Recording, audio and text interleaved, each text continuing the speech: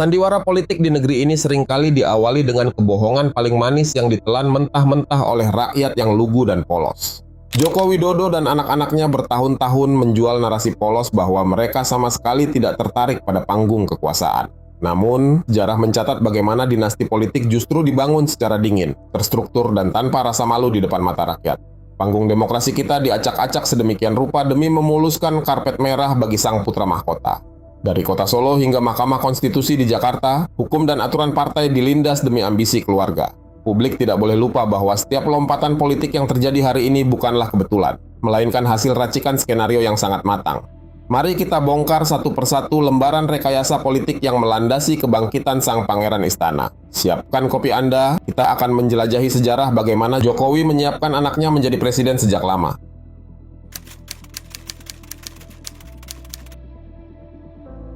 Publik tentu ingat narasi lama yang bertahun-tahun diulang ke media. Anak-anak Joko Widodo tidak tertarik pada dunia politik. Gibran Rakabuming Raka dan Kaisang Pangarep berulang kali memoles citra sebagai pengusaha kuliner independen yang enggan berlindung di balik ketiak kekuasaan sang ayah. Namun, waktu membuktikan klaim tersebut sekadar pemanis panggung ketika syahwat kekuasaan mulai bekerja. Langkah Gibran merebut kursi wali kota Solo pada Pilkada 2020 menjadi batu loncatan kilat untuk melenggang mulus ke kursi Wakil Presiden Republik Indonesia. Virus ekspansi politik keluarga ini menular cepat ke menantu Jokowi, Bobi Nasution, yang mencaplok kursi wali kota Medan sebelum melompat ke bursa gubernur. Puncaknya, Kaisang Pangarep mengukir anomali politik paling mencengangkan. Hanya butuh waktu 2 hari bergabung dengan partai politik untuk langsung menduduki kursi Ketua Umum Partai Solidaritas Indonesia. Seluruh peta ekspansi dinasti itu berawal dari kota Solo. Kota ini menjadi laboratorium pertama tempat Gibran menguji seberapa ampuh pengaruh istana membongkar benteng pertahanan partai di daerah. Namun, langkah awal sang putra presiden tidak serta-merta mulus karena harus bertabrakan keras dengan tembok tradisi kaderisasi di tingkat lokal. Di tingkat bawah, DPC PDI Perjuangan Solo di bawah komando FX Hadi, Rudiatmo sudah mematok harga mati. Pengurus partai tingkat kota menolak menjadikan Solo sebagai panggung karpet merah keluarga pejabat. Melalui rapat pleno resmi, DPC Solo membulatkan suara mengusung pasangan kader murni, Ahmad Purnomo dan Teguh Prakosa. Purnomo menjabat wakil wali kota petahana, sementara Teguh merupakan sekretaris DPC PDIP Solo. Pendaftaran Purnomo Teguh resmi ditutup pada 23 September 2019 dan berkas tunggal itu langsung dikirim ke pimpinan pusat. Ketika Gibran mendadak berniat maju, Rudiatmo menolak mentah-mentah membuka pendaftaran susulan hanya demi mengakomodasi anak presiden. Rudiatmo memilih pasang badan demi menjaga etika organisasi dan menghormati aspirasi kader akar rumput. Penolakan tegas pimpinan partai di daerah tidak membuat Gibran mundur. Tim politiknya bergerak cepat membedah aturan internal PDI Perjuangan untuk membongkar barikade DPC Solo. Mereka menemukan celah dalam peraturan partai nomor 24 tahun 2017 pasal 11 ayat 4. Aturan itu menyebutkan bahwa pendaftaran calon kepala daerah tidak hanya berlaku di tingkat kota, tetapi juga bisa dibuka di tingkat provinsi. Memanfaatkan celah pasal tersebut, Gibran mengambil langkah memutar ke Semarang. Pada 12 Desember 2019, ia mendatangi kantor PDI Jawa Tengah dengan membawa kawalan ratusan relawan. Langkah ini secara terbuka menampar legitimasi PDIP Solo dan mengabaikan keputusan pleno kader di tingkat daerah. Pengurus PDIP Jawa Tengah menyambut kedatangan Gibran tanpa menyuarakan keberatan. Pihak DPD berdalih hanya menjalankan fungsi penjaringan dan menerapkan prinsip equal treatment bagi semua pendaftar. Narasi kesetaraan hak ini mendadak dijadikan tameng formalitas untuk memuluskan langkah sang anak presiden menembus barikade partai. Persaingan internal memuncak saat DPD PDIP Jawa Tengah menggelar uji kepatutan dan kelayakan pada 21 Desember 2019. Purnomo dan Gibran hadir berhadapan langsung di Semarang. Di Solo, para kader senior dan pengurus ranting menyaksikan proses itu dengan gusar karena merasa keringat pertarungan mereka di daerah dilecehkan oleh manuver elit. Manuver lewat Semarang sukses memindahkan poros kendali politik dari Solo ke Jakarta. Pintu PDIP Solo yang semula dikunci rapat oleh Rudiatmo kini tak lagi berdaya di hadapan syahwat politik pusat. Otonomi partai di tingkat daerah dilindas oleh intervensi kekuasaan, menandai babak awal karpet merah untuk sang putra presiden. Pertarungan perebutan tiket calon wali kota Solo akhirnya diselesaikan secara langsung di balik dinding Istana Negara. Pada 16 Juli 2020, Presiden Joko Widodo memanggil Ahmad Purnomo ke Jakarta untuk membedah arah politik Solo. Pemanggilan ini mengangkangi mekanisme internal partai yang seharusnya berlangsung transparan di markas PDIP Pusat. Presiden Jokowi secara terbuka memberitahukan kepada Purnomo bahwa surat rekomendasi resmi akan jatuh ke tangan Gibran Rakabuming Raka. Purnomo yang sudah berusia sepuh tak berkutik menghadapi tekanan politik langsung dari sang kepala negara. Ia hanya bisa tersenyum getir dan menerima nasib penyingkiran dirinya demi memuluskan jalan sang anak presiden. Publik membaca pemanggilan tersebut sebagai bentuk intervensi kasar kekuasaan dalam menundukkan faksi senior di daerah. Kepada media, Purnomo memilih mengalah dan menyebut pertemuannya di istana sekadar perbincangan biasa tanpa dendam. Sehari setelah pemanggilan di istana, PDIP menggelar pengumuman resmi rekomendasi pada 17 Juli 2020. Ketua PDIP Puan Maharani membacakan nama Gibran Rakabuming Raka sebagai calon wali kota Solo. Demi meredam potensi pemberontakan kader Banteng di Solo, pusat memasangkan Gibran dengan Teguh Prakosa. Penunjukan Teguh ini menjadi taktik kompromi politik untuk menyandera loyalitas DPC Solo yang dipimpin Rudiatmo. FX Hadi Rudiatmo dan jajaran DPC Solo terpaksa menelan ludah melihat keputusan sepihak dari pimpinan pusat. Pasangan Purnomo Teguh yang mereka perjuangkan mati-matian dari bawah resmi ditumbalkan oleh syahwat dinasti. Sebagai kader yang memegang teguh doktrin komando, Rudiatmo menyatakan tunduk dan siap memenangkan pasangan Gibran Teguh. Sikap tegak lurus ini memperlihatkan betapa tidak berdayanya struktur partai daerah ketika berhadapan dengan cengkeraman kekuasaan istana. Berbekal surat rekomendasi partai pemenang, mesin politik pendukung Gibran bergerak cepat mencaplok seluruh dukungan di Solo. Partai-partai pemilik kursi di DPRD Solo mendadak antre mengular untuk menyetorkan surat dukungan resmi. Partai Golkar, Gerindra, PAN, hingga Partai Solidaritas Indonesia berturut-turut menyerahkan rekomendasi tanpa memberikan syarat kritis. Aksi borong partai ini dirancang untuk menciptakan hegemoni mutlak demi menutup ruang gerak bagi figur alternatif lain. Fenomena sapu bersih ini memperlihatkan pragmatisme akut dari para elit partai politik di tingkat lokal maupun pusat. Mereka memilih merapat ke lingkaran anak presiden demi mengamankan insentif politik dan akses kekuasaan jangka pendek. Tidak ada lagi fungsi kaderisasi atau pendidikan politik ketika partai-partai itu sukarela menjadi penonton di rumah sendiri. Kota Solo yang dikenal sebagai basis kompetisi politik mendadak berubah menjadi arena persekongkolan koalisi raksasa. Di tengah gelombang koalisi gemuk tersebut, Partai Keadilan Sejahtera menjadi satu-satunya partai yang tertinggal di luar panggung. PKS hanya mengantongi 5 kursi di DPRD Solo dari syarat minimal 9 kursi untuk mengajukan calon sendiri. Syarat ambang batas 20% kursi dewan ini menjadi tembok kokoh yang menjebak PKS dalam kebuntuan politik. Upaya PKS untuk menggalang poros perlawanan tandingan gagal total karena semua partai lain sudah habis diborong Gibran. Terisolasinya PKS membuat konstelasi Pilkada Solo 2020 mengalami kelumpuhan fungsi oposisi. PKS tidak memiliki cukup daya tawar untuk membendung laju koalisi raksasa pendukung istana. Para pimpinan PKS di Solo akhirnya hanya bisa gigit jari melihat panggung pilkada dikuasai penuh oleh satu poros. Kenyataan pahit ini mempertegas betapa aturan ambang batas pencalonan sangat efektif membunuh ruang demokrasi yang sehat. Keberhasilan Gibran memborong 8 partai politik menciptakan ancaman serius berupa hadirnya calon tunggal. Secara matematis, Gibran Teguh dipastikan bertarung sendirian melawan kotak kosong pada pemungutan suara. Skenario bertarung melawan kolom kosong ini memicu perdebatan sengit mengenai legitimasi etis seorang anak presiden. Publik menilai kemenangan melawan benda mati tidak akan memberikan kebanggaan politik maupun legitimasi kepemimpinan yang bersih. Skenario kotak kosong ternyata menyimpan risiko psikologis dan reputasi yang sangat mengerikan bagi lingkaran istana. Jika pemilih Solo meluapkan kejengkelan mereka dengan mencoblos kotak kosong, kekalahan tragis bisa saja menimpa Gibran. Kekalahan dari kotak kosong akan menjadi tamparan sejarah paling memalukan bagi karier politik Jokowi di kota kelahirannya. Ketakutan inilah yang kelak mendorong lahirnya rekayasa panggung baru demi menghadirkan lawan tandingan formalitas di Solo.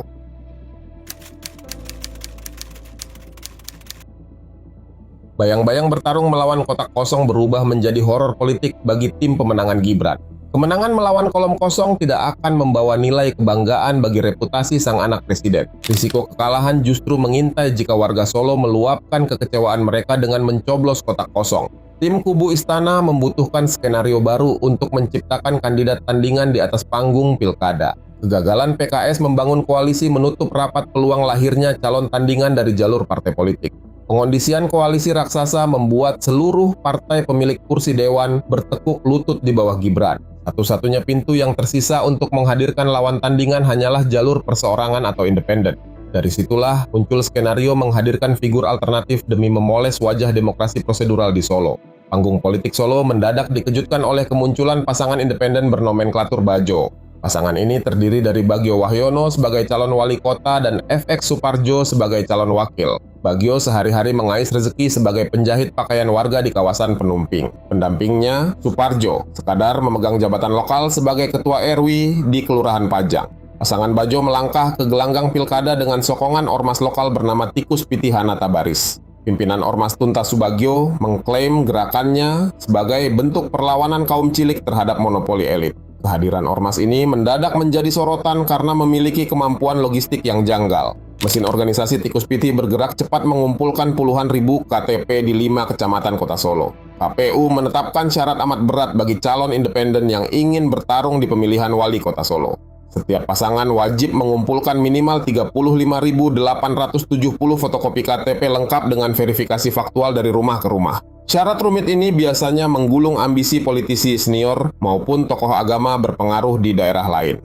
Ajaibnya, pasangan penjahit dan ketua RW ini mampu menembus barikade administrasi KPU tanpa kendala berarti. KPU Kota Surakarta secara resmi menyatakan pasangan Bajo lolos verifikasi faktual dengan mengantongi 38.805 KTP sah.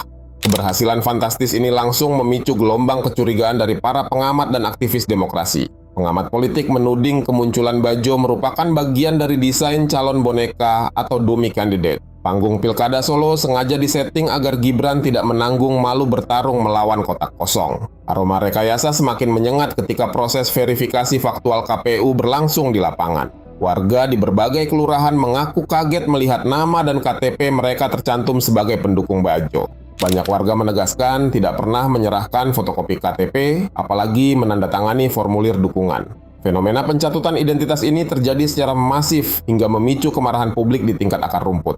Bawaslu Kota Surakarta kebanjiran aduan dan laporan dari warga yang merasa identitas kependudukannya dicatut. Sejumlah warga secara terbuka menolak menandatangani berkas verifikasi saat petugas KPU menyambangi rumah mereka. Kendati laporan kejanggalan KTP menumpuk, proses pencalonan pasangan Bejo tetap melaju mulus tanpa hambatan hukum. Sikap penyelenggara pemilu memperkuat dugaan publik bahwa ada tangan kuat yang mengondisikan kelolosan Bejo. Tudingan lawan settingan melekat erat pada pasangan Bajo sepanjang masa kampanye Pilkada Solo 2020. Pengamat politik menilai Bajo hanya dihadirkan sebagai pemeran pembantu untuk melengkapi syarat formalitas kontestasi. Pasangan ini sama sekali tidak memiliki daya tawar programatis maupun jaringan politik yang sanggup menandingi istana.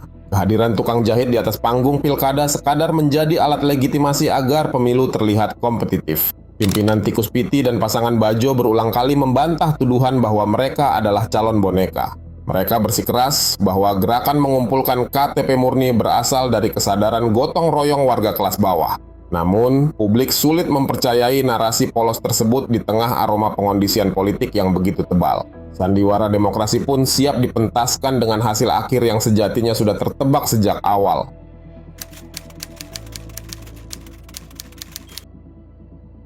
Hari pemungutan suara pada 9 Desember 2020 menjadi ajang formalitas untuk mengesahkan skenario yang sudah dirancang sejak awal. Warga Solo mendatangi TPS tanpa memiliki banyak pilihan nyata di atas kertas suara. Pasangan Gibran Teguh melenggang mulus di bilik pemungutan tanpa ada perlawanan seimbang dari kubu lawan. Seluruh mesin partai dan relawan istana bekerja masif memastikan kemenangan telak sang putra presiden. Rekapitulasi resmi KPU Kota Surakarta akhirnya mengesahkan kemenangan mutlak bagi pasangan Gibran Rakabuming Raka dan Teguh Prakosa. Pasangan nomor urut 1 ini menyapu bersih 225.451 suara atau setara dengan 86,53% dari total suara sah. Sementara itu, pasangan independen Bajo hanya mampu mengais 35.055 suara atau 13,45% di kota kelahirannya.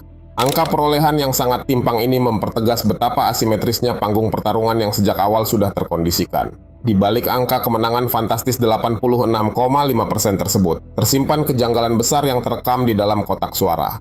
Jumlah surat suara tidak sah melonjak drastis hingga menyentuh angka 35.476 suara atau 11,99%. Secara kuantitatif, akumulasi suara tidak sah ini bahkan sukses melampaui perolehan suara total pasangan Bajo. Fenomena langka dalam sejarah Pilkada Solo ini menjadi bukti telanjang bahwa masyarakat tidak begitu saja menelan skenario elit. Lonjakan suara rusak tersebut bukan disebabkan oleh ketidakpahaman teknis warga saat mencoblos di TPS. Peristiwa ini merupakan bentuk perlawanan bisu, protes voting dari warga Solo yang kecewa atas pengondisian panggung pilkada. Warga meluapkan kekesalan mereka dengan sengaja mencoret, merusak, atau mengosongkan gambar para kandidat di dalam bilik suara. Sikap nekat ini menjadi tamparan keras bagi elit politik yang menganggap rakyat bisa didikte dengan mudah. Gelombang perlawanan publik Solo semakin nyata terlihat dari tingginya angka warga yang memutuskan tidak hadir ke TPS. Sebanyak 124.039 pemilih atau 29,53% dari total daftar pemilih tetap memilih untuk mengambil jalur golput. Kombinasi angka golput dan suara tidak sah memperlihatkan bahwa ada hampir 42% pemilih Solo yang menolak kandidat ciptaan istana. Kenyataan ini secara otomatis menggerus bobot legitimasi moral dan etis atas kemenangan yang diraih Gibran. Kendati diwarnai catatan kelam suara tidak sah dan tingginya angka golput, Gibran tetap resmi melenggang ke Balai Kota Solo. Kota Solo sukses dijadikan laboratorium politik pertama untuk menguji kekuatan dinasti dan konsolidasi kekuasaan istana. Jabatan Wali Kota Solo inilah yang kelak menjadi batu pijakan utama bagi ekspansi politik sang putra presiden di panggung nasional. Dari kota bersemboyan The Spirit of Java ini, karpet merah dibentangkan lebar hingga mengantarkan Gibran menuju kursi orang nomor 2 di Republik Indonesia. Rangkaian panggung politik dari Solo hingga Jakarta memperlihatkan bahwa sasaran akhir dinasti ini memang disiapkan untuk merebut kursi Presiden Republik Indonesia. Jabatan Wakil Presiden pendamping Prabowo Subianto hanyalah fase transit strategis sebelum melangkah ke puncak kekuasaan eksekutif nasional. Seluruh rekayasa hukum dan konsolidasi partai politik dirancang secara terukur untuk mengamankan posisi sang putra mahkota. Publik menyaksikan bagaimana infrastruktur negara dan jaringan patronase dikerahkan demi memuluskan skenario jangka panjang tersebut. Pintu gerbang menuju panggung nasional terbuka lebar melalui putusan Mahkamah Konstitusi nomor 90/PUU-20/1/2023 yang sangat kontroversial. Paman Gibran, Anwar Usman, memimpin persidangan yang mengubah syarat usia calon wakil presiden khusus bagi pejabat yang sedang atau pernah menduduki jabatan hasil pemilu. Majelis Kehormatan Mahkamah Konstitusi kemudian menjatuhkan sanksi etik berat berupa pemberhentian Anwar Usman dari jabatan Ketua MK akibat terbukti melakukan pelanggaran konflik kepentingan. Sanksi etik tersebut tidak membatalkan tiket pendaftaran Gibran, sehingga karpet merah menuju Istana Wakil Presiden tetap tergelar sempurna. Setelah berhasil memenangkan Pilpres 2024, manuver Jokowi berlanjut dengan menggulirkan narasi keberlanjutan kepemimpinan Prabowo Gibran hingga 2 periode. Jokowi secara intens melempar sinyal dukungan penuh agar poros kekuasaan ini bertahan utuh dalam jangka panjang. Namun, wacana 2 periode ini ditanggapi dingin oleh partai-partai besar di dalam koalisi pendukung seperti Golkar dan Gerindra. Partai-partai senior tersebut enggan menyerahkan panggung 2029 begitu saja dan mulai memagari kepentingan kader internal mereka sendiri. Sikap dingin dari partai-partai koalisi menyadarkan Jokowi bahwa Gibran tidak bisa selamanya menumpang pada perahu politik pihak lain. Tanpa kendaraan politik yang solid dan loyal, posisi Gibran pada pemilu 2029 akan sangat rentan disingkirkan oleh para elit parpol. Oleh sebab itu, Jokowi merancang strategi antara untuk membangun jangkar kekuatan politik mandiri di luar PDI Perjuangan atau Gerindra. Strategi ini membutuhkan kendaraan partai alternatif yang bisa dikendalikan sepenuhnya oleh lingkaran inti keluarga. Langkah konkret strategi antara itu terlihat jelas saat Jokowi turun gunung menjelajah berbagai daerah untuk mengampanyekan Partai Solidaritas Indonesia. Jokowi secara terbuka memamerkan kedekatan dengan partai yang dipimpin anak bungsunya, Kaesang Pangarep, demi mendongkrak elektabilitas parpol tersebut. Operasi politik di lapangan dilakukan secara masif untuk menembus ambang batas parlemen 4% pada pemilu 2024. Keterlibatan aktif seorang mantan presiden dalam mengerek partai keluarga menjadi fenomena baru dalam sejarah Indonesia. Upaya meloloskan PSI ke Senayan bertujuan menjadikan partai tersebut sebagai benteng pertahanan sekaligus daya tawar politik bagi Gibran. Jika PSI mengamankan kursi di DPR, Gibran memiliki posisi tawar yang kuat dalam menentukan peta koalisi Kapres 2029. Keberadaan partai keluarga menjamin Gibran tidak akan mudah didikte atau dibuang oleh partai-partai pengusung senior. PSI disiapkan menjadi mesin penopang utama untuk menjaga eksistensi dan panggung politik sang wakil presiden. Meskipun PSI belum berhasil menembus 4% pada Pileg 2024, dinamika hukum di MK kembali membuka celah baru. Putusan MK yang menghapus ambang batas parlemen 4% untuk pemilu 2029 menjadi angin segar bagi rencana jangka panjang Jokowi.